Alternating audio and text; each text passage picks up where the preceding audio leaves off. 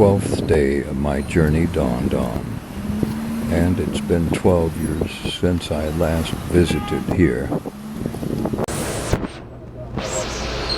With a local helper, Mr. Suleimani, I set off in the Grand Bazaar. Iran is considered as a Persian country, in fact.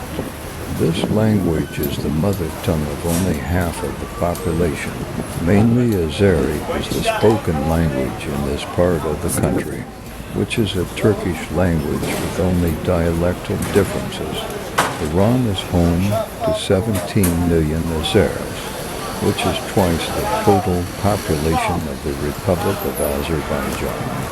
However, the only official language is Persian or Farsi. Official affairs can only be conducted in this language, and the language of education is exclusively Farsi. Mr. Soleimani, with whom I could only speak Farsi, said that his mother never learned this language because she never went to school. There can be only one logical explanation for why Azeri is not an official language despite the significant Azeri population. It is part of enforced assimilation policy.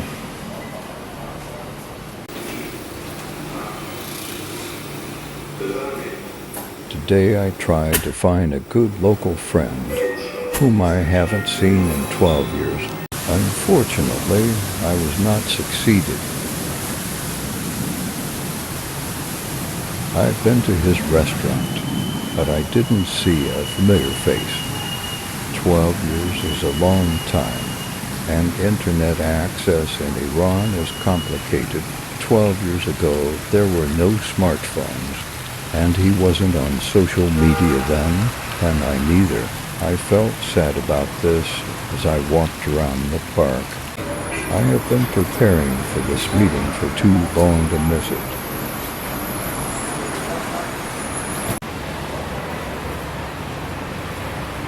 Tabriz is too big a city to find someone.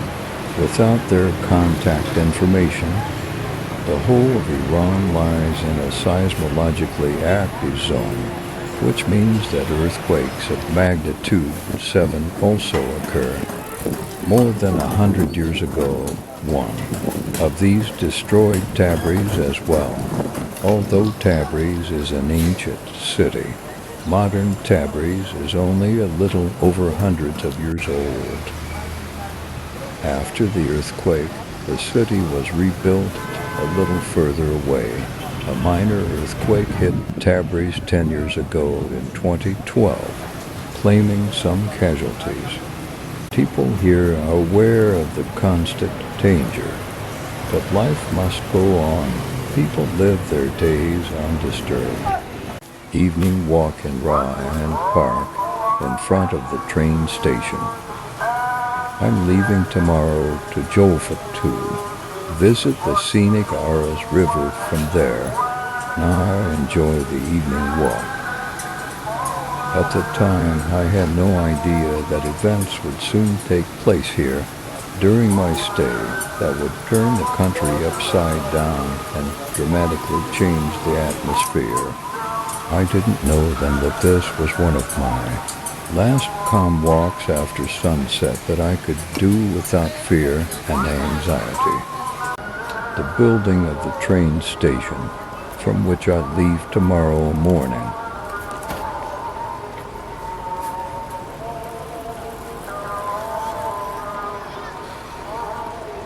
Lo, this is my room in the Hotel Iran. No luxury, no private bathroom, but its restaurant is good enough. Besides that, it's ridiculously cheap. A double room for one night is only about for US dollars. Pretty good deal for budget travelers, isn't it?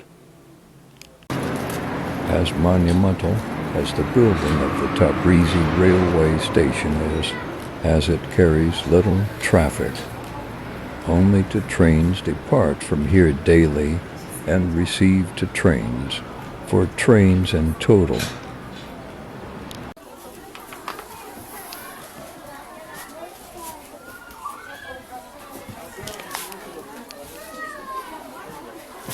After a whole morning train ride, I arrived at Jolfa.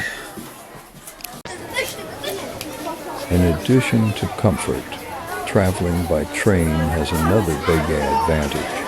I have the opportunity to get a better look into the everyday life of the locals. Jolfa is the final destination, and the train slowly empties. As it turned out, this day was the hottest of my entire trip. It is already the middle of September, but the temperature here in Jolfa hits even 35 degrees Celsius. I do not tolerate the heat very well, and this limits my opportunities. Now I need to find a taxi to take me along the river all the way to Armenia. No any means of public transport goes there. Jolfa is a border town though, but with Azerbaijan and not with Armenia.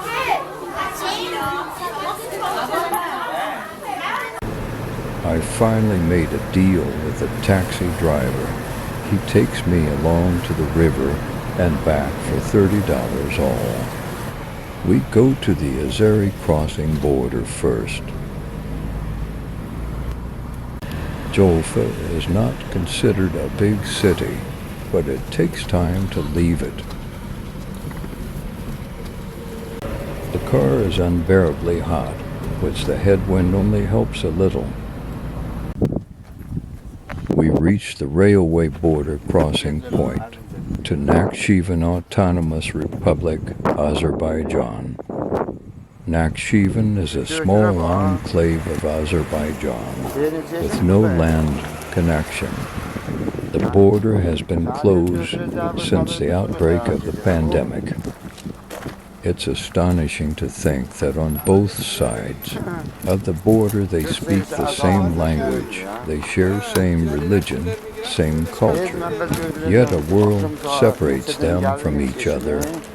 History always follows its own path, and we either let it or it sweeps us away. It's close a few hundred meters away, but it's another world.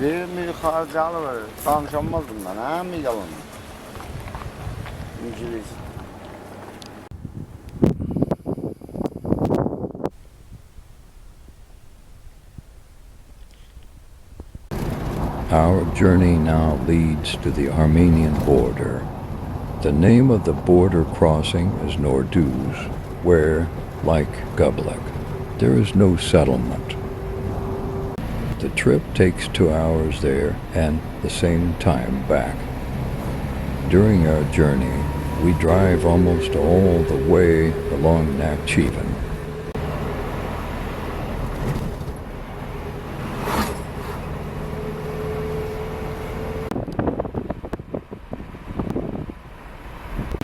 We're taking a 5-minute break here.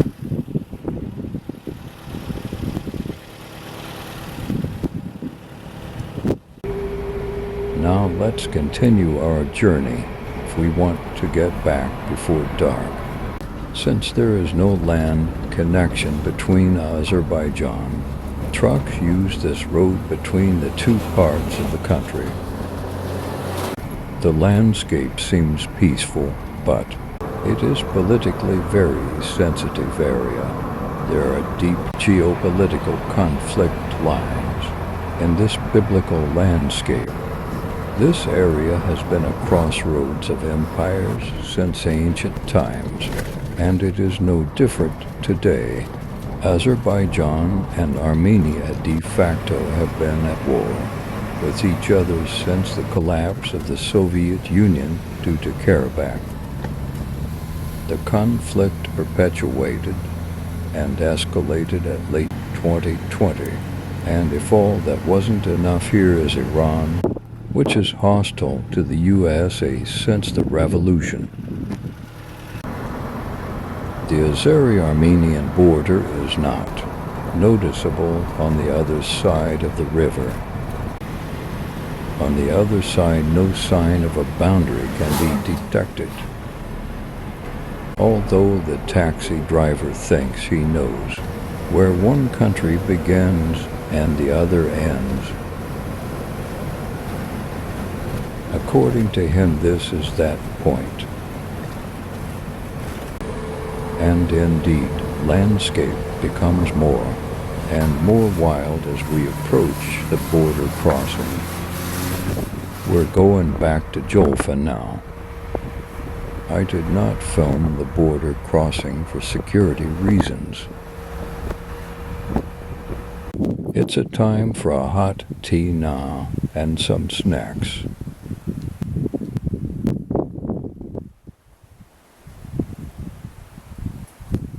On the other side of the river, the three colors of the Russian flag are clearly visible. Armenia has a pro-Russian government, and the Federation guards this border as an external border of CIS region. Modernism brought a very surreal world. One valley and different narrative, different interpretation for history, which is unique to the modern age. The way back seems longer. I would like to catch the evening train, because there is only one train there and one back per day. I made the mistake of not buying the return train ticket, which was very careless.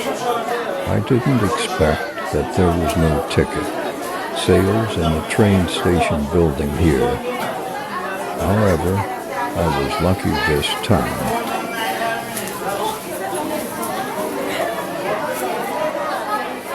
As they noticed that I am a foreigner, my place on the train was secured back to Tabriz.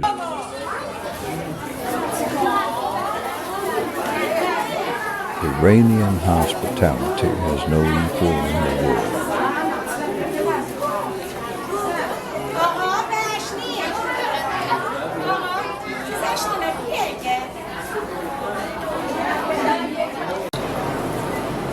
I arrived at Tabriz in the evening.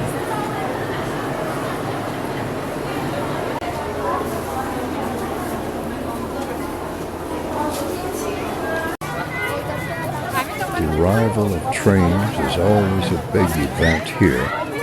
Trains are rare, and next week it will be near impossible to get a train ticket due to an event that I will present then on in the next part. About all this and more in the following episode. See you there.